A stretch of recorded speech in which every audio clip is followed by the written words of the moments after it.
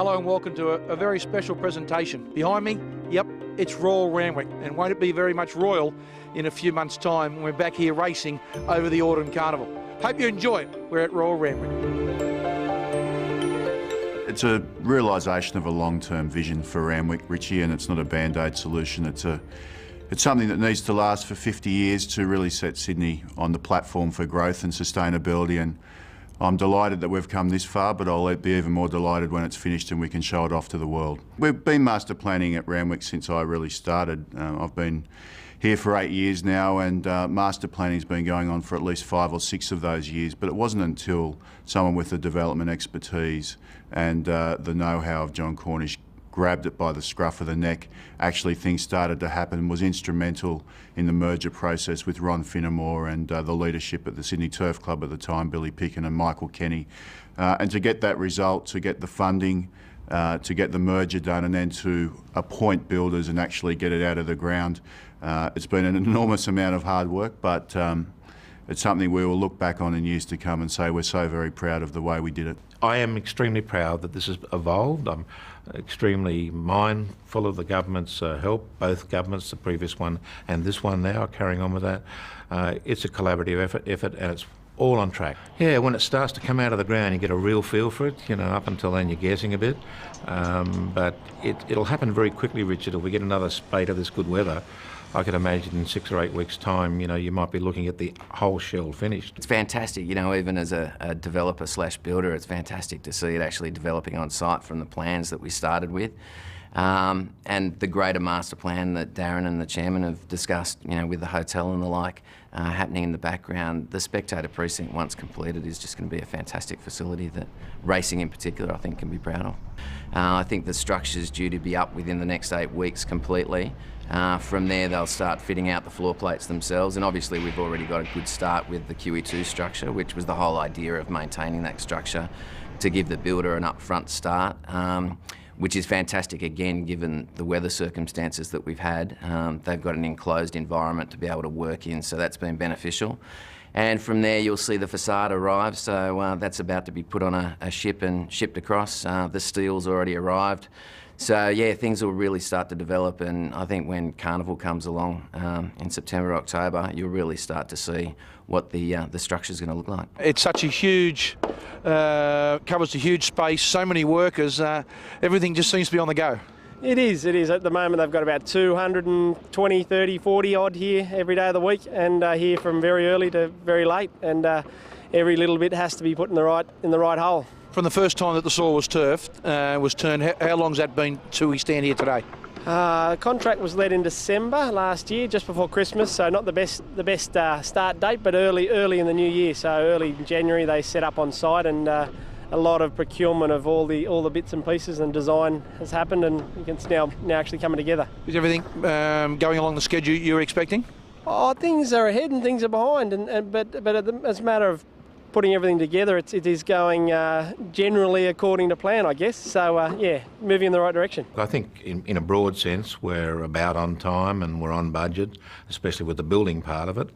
You know, I've said a number of times in the past that the fit out, the way you finish it, is still up in the air a bit. We're still working on that. At the moment, day-to-day activity revolves around getting the fit-out design up to scratch and working through with Multiplex the contractual arrangements there, making sure we achieve the budget on the fit-out. And as the chairman mentioned, you know, that's the balancing act in the budget at this stage.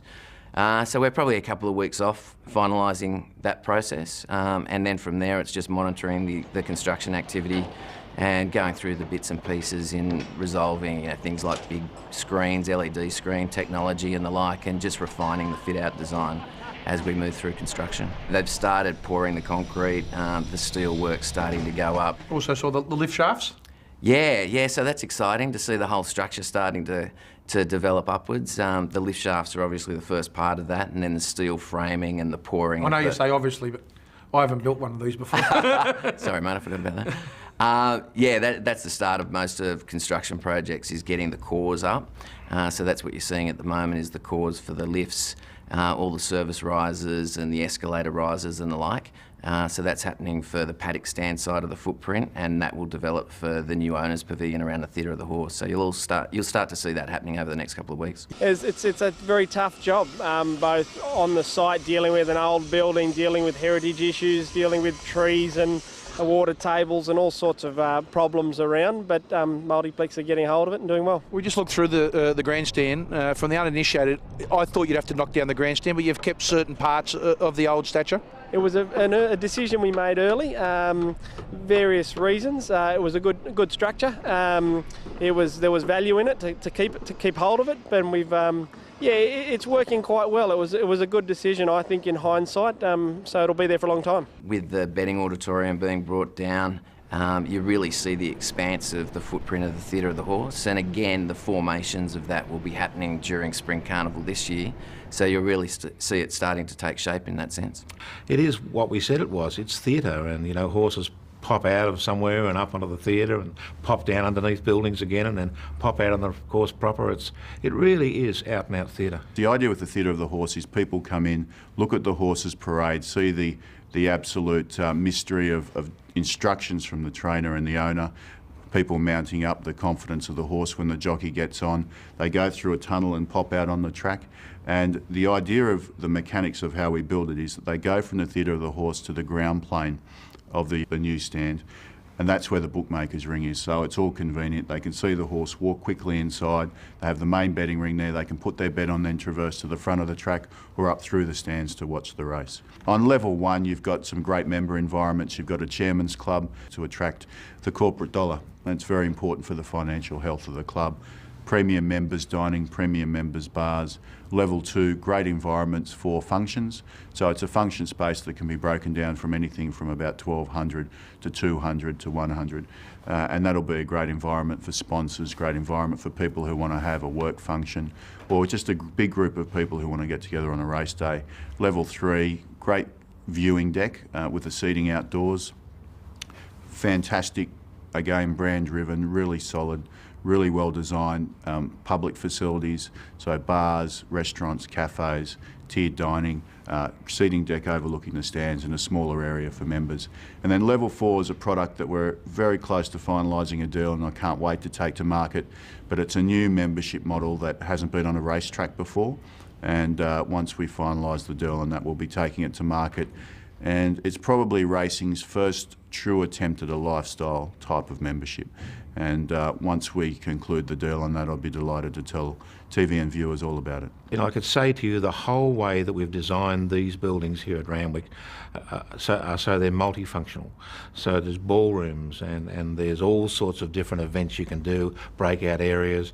It's a sincerely, you're right, we're going to race here 30 days or whatever it is a year, so we've got to find another 330 things to do with it, and we're doing it. And we're providing the facility for that to happen. And the hotel, that's also another part of the big development? One of the first, if not the first in the world, Richard's actually sitting on a race course.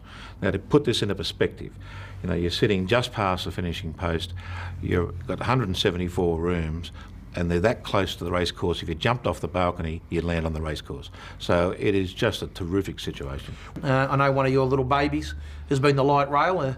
Is that progressing well with the state government? Yeah, I'm confident enough to say now that light rail will happen in and around the eastern suburbs of Sydney. It's probably for us just how many rail stations we get on Royal Randwick, but there'll be at least a couple, I'd imagine.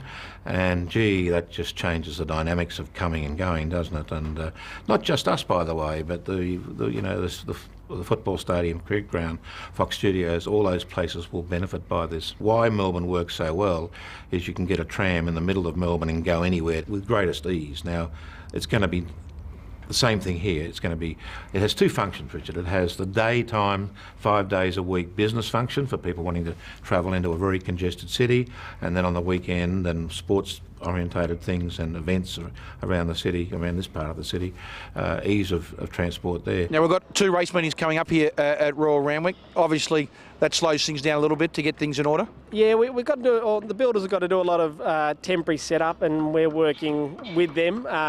So I deal with our hospitality events and the racing guys and try and get their wants and needs, and then deal with the builder to try and deliver their wants, and we get most of the things right. So people will get in, people will get out safely, and it'll be another good carnival. This spring carnival will be very similar to what we presented in autumn. There'll be wonderful marquee environments around the official stand, and the public will have the double-decker marquee and a lot of cover for shade and or adverse weather. Brand-driven environments with people coming on course and setting up things like you saw with the Johnny Walker bar. Through the autumn, those type of environments coming back and doing them in a really grand way. And we'll get through this carnival, and then in the build-up to autumn next year, obviously it's about getting the building set and bringing the people through that. I know Melbourne Cup Day has been moved to Rosehill. What's going to, for this spring carnival coming up, what's going to be at Randwick? It's quite unique, Richard. So the TAB meeting will be going to Rosehill Gardens, and that's a great opportunity for the people of West to really embrace Melbourne Cup at a terrific venue like Rosehill Gardens, but have it really dressed up and really get that Melbourne Cup feel out at Rosehill Gardens this year, and we'll be hopeful of a very big crowd there. And perhaps uniquely, perhaps it might not happen again in my lifetime, but there'll be a picnic meeting at Royal Randwick. So we'll switch them around. Our capacity at Randwick will be about 11,000. Most of that will be to pre-sold members and pre-sold corporates, but the infield will be open for the public, and great opportunity for horses trained in the city, perhaps who haven't made the grade, to have a victory at Royal Randwick, and I'm sure we'll have a lot of fun on that day in a more relaxed way. It's easy to say we build it, they'll come, but will they come? Is it going to be that good? Yes, Richard, I'm absolutely confident. I mean, what was the point in going to all this trouble if you didn't believe in it from day one?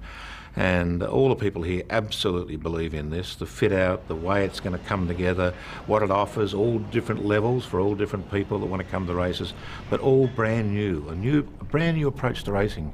And yeah, look, I'm sure they'll come. I guess the trick is they'll come in their droves to have a look at it.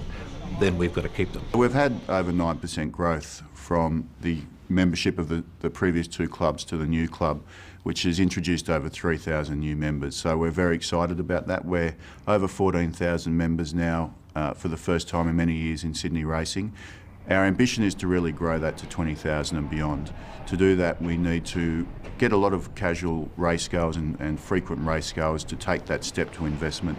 We're going to do that by providing a much more diverse offer and by having value in everything we do. So that's an exciting part of the process. We've bolstered the membership team, loyalty programs, incentives, and a lot of race day promotions, because it's not just about getting the members in the family, it's about getting them to go to the races more often. So there's two parts of that equation, and we think that we've got a program starts this year and will continue to build that'll really get us to where we need to be in a membership level. So it's now time to be a member of the ATC? Couldn't be a better time to lock in. If you join now before the 31st of December, you don't pay a joining fee, so that's a significant incentive. You can imagine with new facilities come online and new products in the market and increased value in the membership, there'll be a joining fee in years to come. So you've got a couple of months to lock in. I suggest you do that now or the price will go up. I've seen the pictures, I've seen the fly-through. It looks magnificent. We're a long way from that. I think this looks magnificent. Seeing a lot of guys here working hard, it's good to see it moving forward, and it's really good to be seeing it early next year, and it will look like the fly-throughs eventually. At the end of the day, once this thing's completed, everyone's going to be very proud of it from both a racing ATC perspective, and I think, as Darren mentioned, you know, the flexibility of this space and it's setting a benchmark for not just a racing facility but also a greater sporting facility. It's going to be a great product. All the smarts we learn on Randwick, all the research, all the design elements that we get from it enable us to move forward on Rosehill in a much more sophisticated way. So when Randwick's back online, the fun doesn't stop. We move to Rosehill to make the investments in Rosehill to improve what is already an outstanding race course, but just to take it to that next level and to have those two crowns in the Sydney racing portfolio of Randwick and Rosehill will just make Sydney racing so strong and so stable for the long term. Future looks all right? Looks good. The merger has sort of settled down and Sydney racing's moving ahead in a united way, and I've got to thank everyone who's getting behind us now, and the fun starts now. You know, we get these new assets online, we continue to build the business, we offer more exciting diversified products to the market, and I think you'll see the ATC as being one of the most innovative and driven sporting and entertainment businesses in Australia in years to come.